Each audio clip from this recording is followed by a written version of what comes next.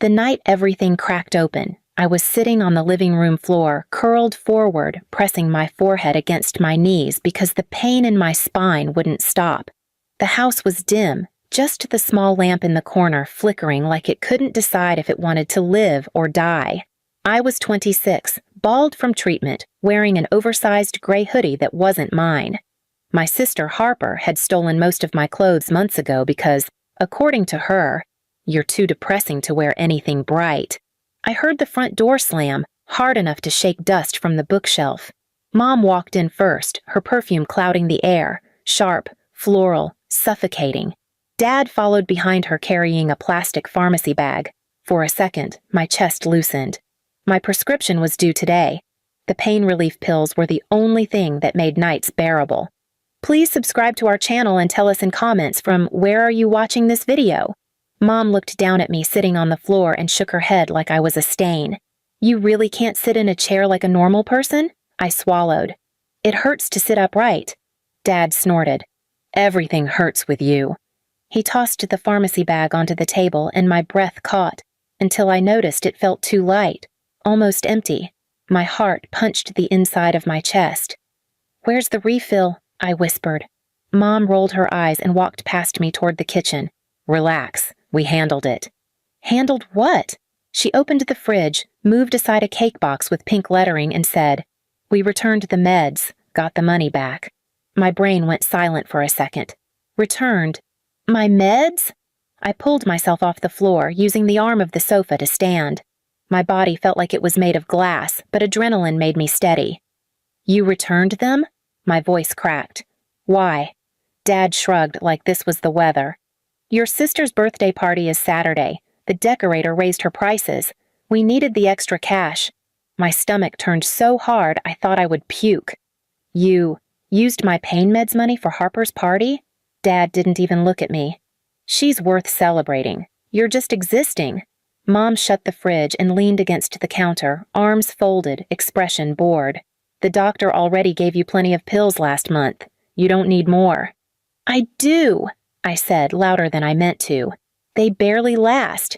I can't sleep. I can't eat. Mom waved her hand through the air, slicing my sentence in half. Stop being dramatic. You're not the only one in this house.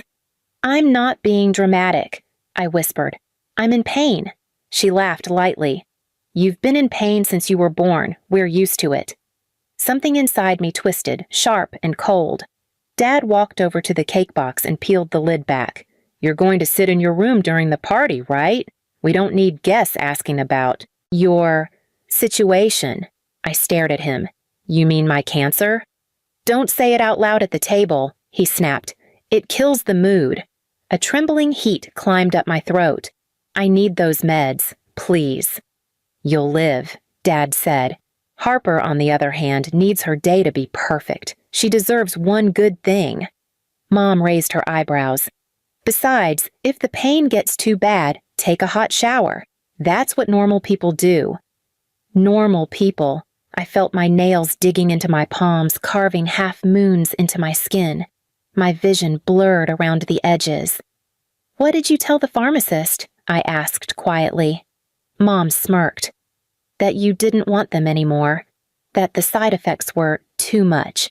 They gave us store credit. Good timing, too. The bakery we wanted isn't cheap. My breath shook. I never said that. She cut me off again. And you're sick. You forget things. My voice wavered. I don't forget being in pain. Dad clapped his hands once, loud and sharp. Enough. Harper's coming home any minute. Don't start your pity party nonsense. It's her week, not yours. Her week. My parents treated my sister like the sun and me like old paint peeling in the shade.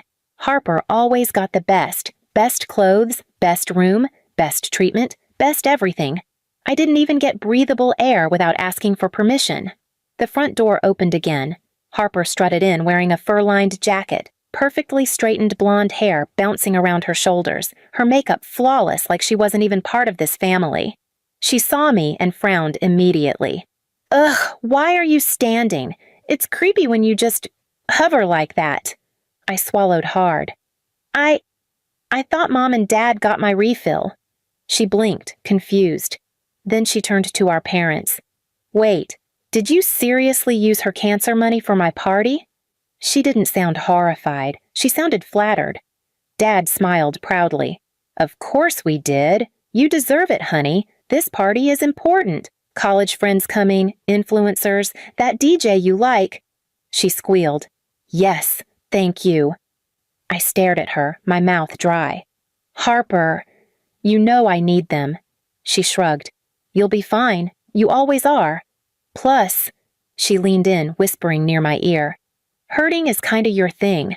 My knees nearly buckled. Mom set the cake on the counter and clapped her hands softly. Okay, everyone, party prep. And you, she pointed at me, go to your room, rest. Or whatever it is you do. I stood frozen. You really don't care? Dad turned around slowly. Care about what? Your feelings? Your pain? He scoffed. You're lucky we even let you stay here. Harper brings pride to this family. You bring medical bills. Harper laughed like he said the funniest thing in the world. My chest ached in a way the cancer never caused. Something deeper. Something that had been dying long before the diagnosis. The room spun. The pain in my bones flared like fire. I couldn't hold myself up anymore. I folded forward, grabbing the edge of the table. Mom didn't move toward me. Dad didn't step forward. Harper didn't blink. Mom sighed. Don't faint here. Drag yourself to your room. Guests can't see this. I forced myself upright, legs shaking beneath me. I walked to my room slowly, gripping the wall for balance. Every step felt like walking through shards of glass, but the physical pain wasn't what destroyed me. It was the sound of my parents laughing behind me. It was Harper saying, I hope she doesn't ruin Saturday. It was my mother whispering, she's just existing. Harper is worth celebrating. Their words followed me into the hallway like ghosts, echoing through my bones. I shut the door behind me and leaned against it, sliding down to the floor, shaking so hard my teeth chattered. They returned my pain relief. They left me to suffer. They humiliated me for being sick. They celebrated my sister's birthday with my medicine money, and I realized something I had refused to admit for years. They didn't want me to get better. They wanted me quiet. They wanted me out of the way. They wanted a daughter who didn't need anything. They wanted a daughter who wasn't me, and they were going to learn exactly what that felt like. The revenge wasn't gentle. It wasn't poetic. It wasn't symbolic. It was real, and it was already forming. The next morning, the pain woke me before the sun did. It felt like someone was twisting a hot metal rod down my spine.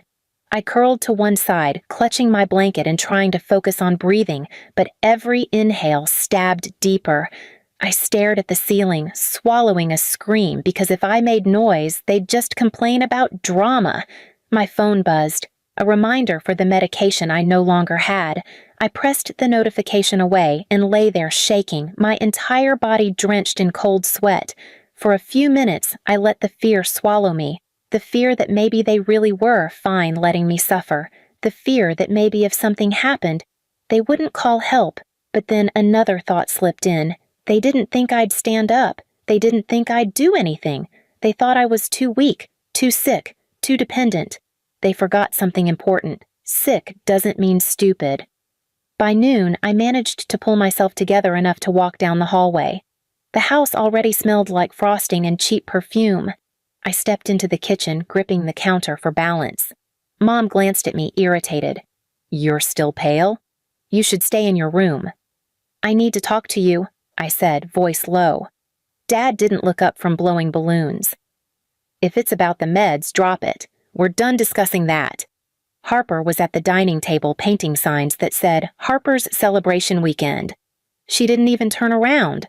I swallowed, tasting bitterness. You know I could end up in the hospital without that prescription. Mom scoffed. Oh, please, you'll be fine. You always bounce back. Stop acting like it's the end of the world. Dad chimed in without emotion. If you scare guests on Saturday, you're staying in the garage. Garage. Like a pet they didn't want people to see. My chest tightened. Why are you doing this to me? Harper finally turned, lips curled in amusement. Because everything isn't about you. It's literally my birthday week. Can you not ruin it? I stared at her. You're not even concerned. Concerned about what? She said. Your discomfort? She said the word like it was something I made up. Dad pointed a balloon stick at me. Do not raise your voice. Not today. Focus on resting so you don't look sick in front of people. I am sick, I whispered. Mom slammed the drawer shut. And we're sick of hearing about it. God, you're exhausting. The room went blurry. Their cruelty wasn't new, but it had never been this loud, this proud, this together. They were a team, and I was the enemy. Dad pulled out an envelope and set it on the counter. Harper's gift list. We need to pick up the last items. Give me your debit card. I blinked. What? You heard me. You're not using it. You barely leave the house. I stepped back. I'm not giving you my card. Absolutely not. Mom rolled her eyes so dramatically I thought she'd fall backward. Don't start this again. You're living under our roof, eating our food. The least you can do is contribute to your sister's day. My medical bills. Dad cut me off sharply. You're not the only one suffering in this house. Harper feels stressed too. Do you want her to have a meltdown? I felt the room tilt. A meltdown? Harper shrugged. I mean, this is important to me. Mom sighed like I was a burden. Give him the card. No, I said. The moment the word left my mouth, the atmosphere changed. Dad's eyes narrowed. Mom froze. Harper smirked. You're getting bold lately, Dad said quietly. You think because you're sick you can disrespect us? I didn't answer. He stepped toward me, slow and intimidating. Give me the card. No. His face hardened. Useless girl. If you're not helping, you better stay out of sight the entire weekend. I felt my pulse pound in my neck. Why do you hate me so much? Dad's jaw twitched. We don't hate you. We're frustrated. You drain this house. You're a constant reminder of everything wrong.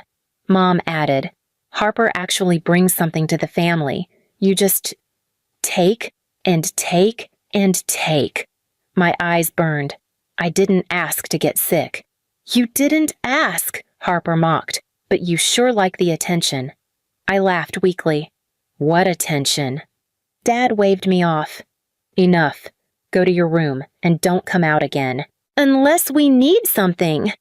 I walked back to my room slowly, every step stabbing my bones. But while they thought I was retreating, something inside me shifted. They weren't just cruel. They were reckless. They were sloppy. They left trails. They left receipts. They assumed I was too sick to think clearly. But pain has a way of sharpening the mind in ways comfort never could. I closed the door gently, locked it, and sat on my bed with my heart thundering.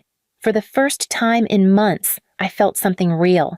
Not fear, not exhaustion, but clarity. They used my medicine money. They tried to take my card. They wanted me hidden during the party. They wanted me silent. Fine. Let them plan their perfect party. Let them laugh. Let them underestimate me, because while they celebrated Harper's birthday with the money meant to keep me alive, I was planning something else entirely. Not poetic, not quiet, not symbolic, something real. Something they wouldn't stop. Something they wouldn't see coming. Something they had earned. And every second of pain I felt fueled it. I wasn't going to ruin Harper's party. I was going to ruin their control. The morning of Harper's birthday, I woke up before anyone else. The house was quiet except for the hum of the heater and the distant noise of Mom's early cooking.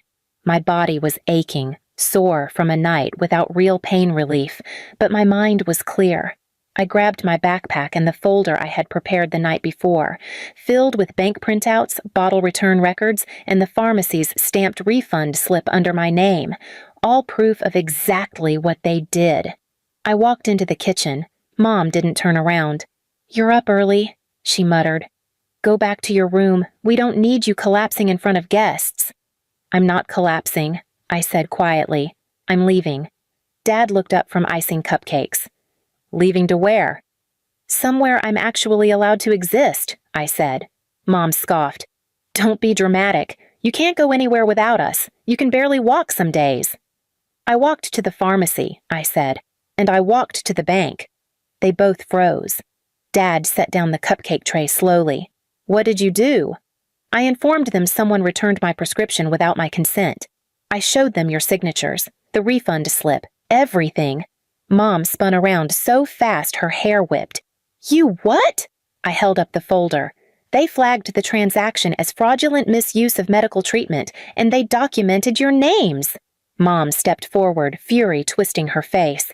"You little—" "Don't finish that sentence," I said calmly, "because there's more." Dad's voice cracked. "What else?" "I asked them to block you from accessing anything under my name. My card, my health portal, my insurance, my pharmacy account, all of it." Harper came down the stairs, adjusting her glitter dress. "Why is everyone yelling?" I turned to her. "Your birthday party? You'll have to pay for it yourselves now. My card isn't an option anymore." She blinked, confused, then panicked. "Mom, the decorator, the DJ, the cake." Mom grabbed her hair in both hands. "How could you do this before the party?" "Funny," I said softly. "That's exactly what I wondered when you stole my medication money." Dad slammed his hand on the counter. "You think you can just take everything away from us?" "No," I said. "I took me away from you." Harper stepped back like I slapped her. I walked past them, picking up the small suitcase I had packed. Mom grabbed my arm, a hard, bruising grip. "You can't just leave. You live here." "Not anymore," I said, pulling away. "I'm going somewhere I'm not treated like a burden." Dad shouted, "We're your family."